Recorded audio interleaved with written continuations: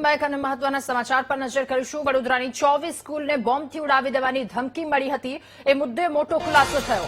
સ્કૂલને ધમકીના કેસમાં બાંગ્લાદેશ કનેક્શન સામે આવ્યું છે। ધમકી ભર્યા ઈમેલ બાંગ્લાદેશથી કરાયા હોવાનો ઘટસ્ફોટ થયો।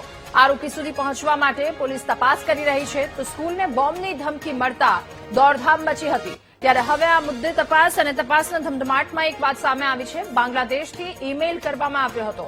વધુ માહિતી મેળવીશું। સંવાદદાતા માનુ આપણી સાથે ફોનલાઈન પર જોડાયા છે। માનુ, વડોદરાની સ્કૂલને ધમકી આપવામાં આવી હતી। આ કેસમાં બાંગ્લાદેશ કનેક્શન સામે આવ્યું છે। શું વધુ વિગતો, શું તપાસ?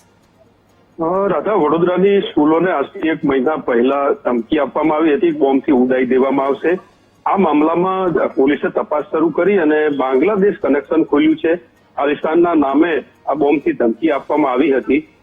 જે રીતે બોમ્બમાં ઉલ્લેખ હતો એ પ્રમાણે પોલીસે ગંભીરતાથી તપાસ કરી અને બાંગ્લાદેશનું ભારત બોર્ડરથી 90 કિલોમીટર દૂર એક શહેર છે, ત્યાંની અત્યારે વિગતો મળી રહી છે કે આ મેલ ત્યાંથી કરવામાં આવ્યો હતો।